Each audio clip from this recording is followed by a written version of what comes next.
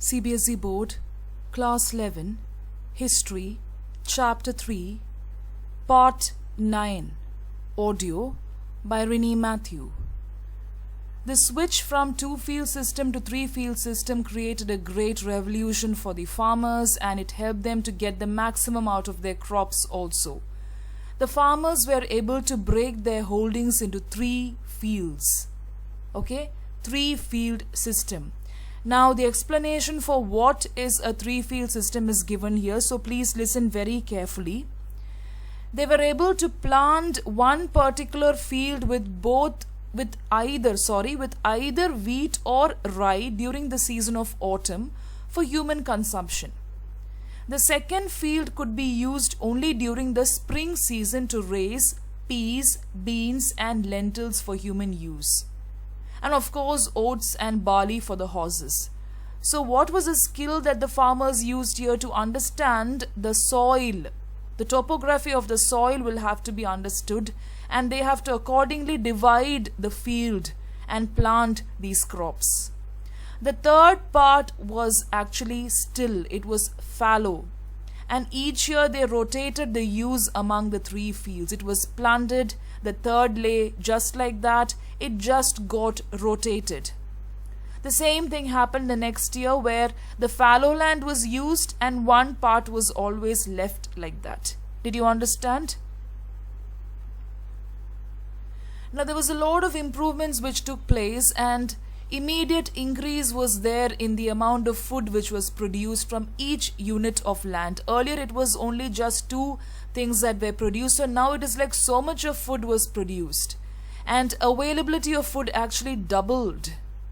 Okay, so much of food was available, and people started using things like plants like peas and beans, which gave much of vegetable proteins in the diet, and people started becoming healthy also, because peas and beans are very good for your health.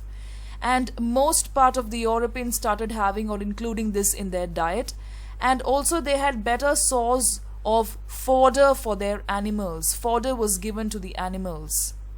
So for cultivators, you can say that much better opportunities were given, and they were able to produce more food from less land. So that was the profit, producing more from less land. The average size of a peasant's farm, it actually started shrinking from about 100 acres to 20 to 30 acres by the 13th century. Instead of using most of the land, they were now supposed to use just part of the land, 20 to 30 acres, and it produced more food. The holdings were much smaller, and it could be efficiently cultivated and reduced. It actually reduced the amount of labor needed, and it was more profitable for the peasants also. The holdings were actually smaller, and that gave the peasants much time for other activities. A lot of activities was done by the peasants. Alright, so when they were completely toiling on the land, they did not have time for any other things. Now they had so much of time for other activities. So some of the technological changes which came into being cost a lot of money. Sometimes it was not profitable. For example, the peasants did not have much money to set up water mills and windmills. They couldn't afford to have those things, but with the setting up of these things, they were able to increase their profit. So the initiative was taken by the lords, and they had to be dependent on the lords to have the watermills and windmills. And the peasants were readily taking initiative to increase their produce, such as extending arable land. Arable land means cultivable land. Okay, so they were taking initiative to somehow increase the produce on the land. They started continuously switching to three-field rotation of crops, and they also set up very small places for smithies, forges in the villages, and they gave so much of order to the blacksmiths and all these people to prepare and make iron-tipped plows and horseshoes, which was actually made and repaired cheaply. They got labor, so many people were involved in this three-field crop rotation, and many people were paid also. From the 11th century, what happened? The personal bonds, the bond that they had with the Lord started weakening. The bond was the basis of feudalism. It's like a kind of bribe, a threat which the people had to face when they were not able to complete something, when they were not able to do something because of their situation. They used to be threatened with these bonds by the lords or the kings, but now that started weakening. Economic transactions were becoming more frequent, so because of that, even the peasants had money with them, so those things started weakening. Now, the lords found it very convenient to ask cash instead of property, not services, and cultivators were selling their crops for money. Money started getting transacted, it was circulating. Instead of exchanging goods, instead of exchanging anything for traders, money was circulated. And such goods could be sold in the towns also, so it was profitable for these people not only to send their items to the lords and their own markets, but it was sold elsewhere in the towns. Of course, the increase in the use of money began to influence the prices, and it became higher in times of poor harvest. They started increasing and it became very high, and they started circulating money also. It became higher in times of poor harvest. The demand was more.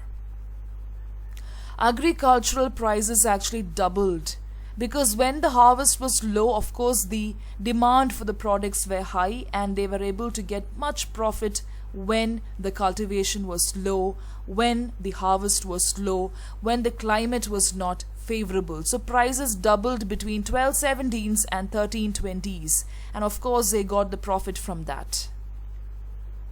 A fourth order, new towns and townspeople. The fourth order, very important, that is the new towns and townspeople which came up. Till then it was only till the peasants and serfs. Now a fourth order came up. Expansion in agriculture, expansion in population, expansion in trade led to the formation of towns. So from 42 million in 1000, European population rose to around 73 million in 1300. So when they started having better food, it led to longer lifespan. And by 13th century, an average European was expected to live 10 years longer than in the 8th century. They could live 10 years longer. Okay? Of course, women and girls had shorter lifespans compared to men because of the food that they had. They were deprived of very good food, so they had shorter lifespan. And the towns of the Roman Empire became deserted and ruined after its fall. You should remember that the western part and the eastern part of the Roman Empire fell, and the towns started getting deserted. So from the 11th century, agriculture increased and they were able to sustain higher levels of population. Towns began to spring up, it started growing again. So till then you should remember that there was no access to town was depleting, it was disintegrating also. But after the 11th centuries, everything started growing, high level of population was there, and even agriculture increased. Peasants, some of the peasants had surplus grain, and they also required a place where they could set up a selling center. They were able to rotate the crops, and they were able to buy tools and cloth also. When they had so much of grain, when they had so much of produce, where will they go and store it? So they had to set up a selling center where they were able to sell and buy things. This led to the growth of periodic fairs and small marketing centers, where centers were there and they used to have periodic fairs, and that actually gave rise to lot of town like features. Towns started establishing with town square, church, roads, and that is where the merchants started to build shops, and they had homes, they had an office, and they were able to govern the town, and they were able to meet so many people, because if they sit at home they will not be able to meet so many people. So this was a place where trade flourished, the town square hall. Okay. Of course, towns started growing around large castles, bishops' estates, or large churches. So everywhere you had the growth of towns, it was actually growing up, it was increasing.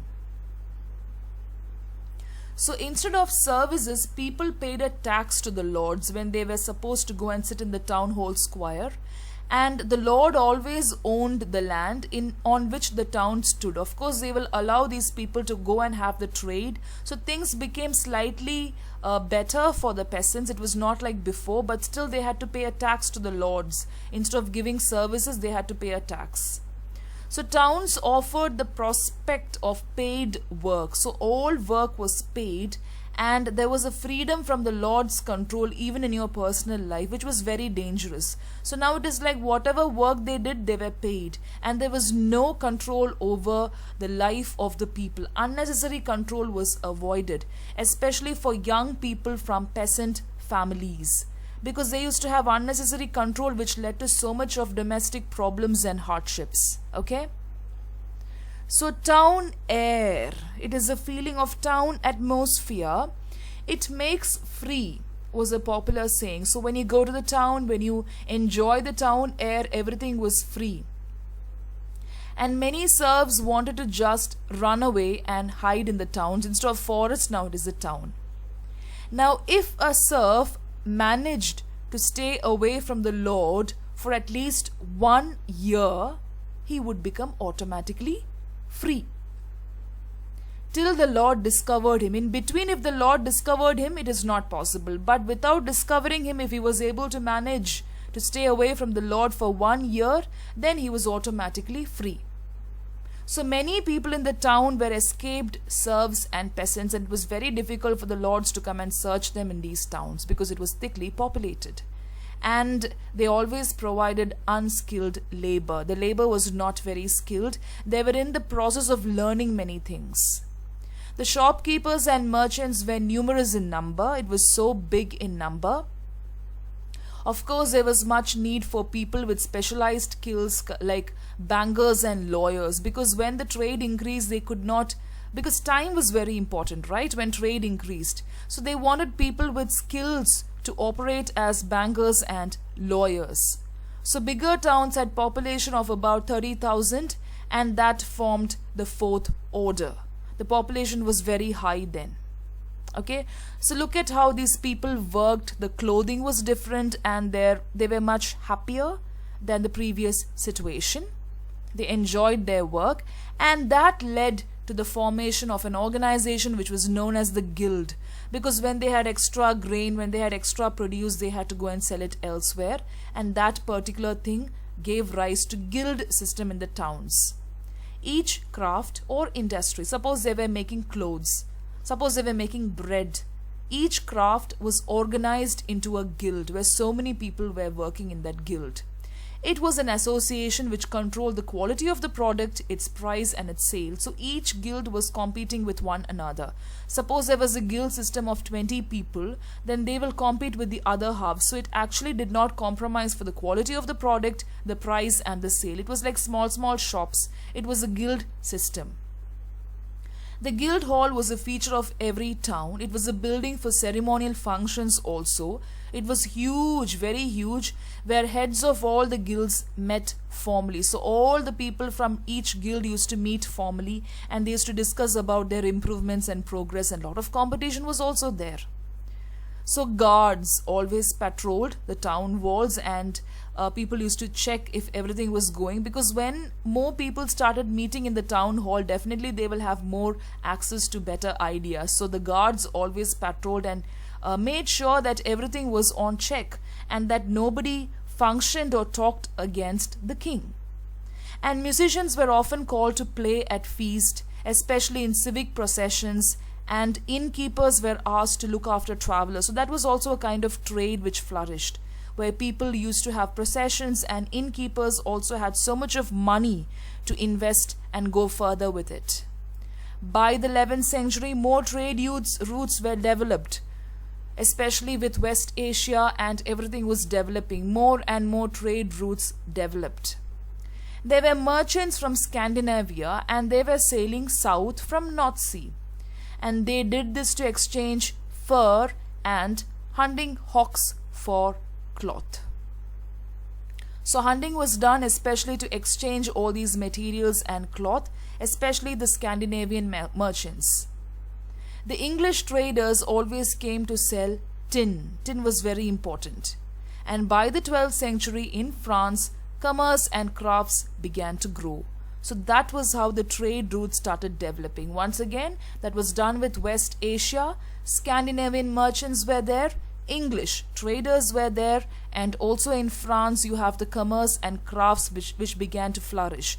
So something which was not happening, or something which was actually kept closed for a long time, was revived now. People started looking into their skills and labor now. They started developing and discovering their hidden talents. Okay.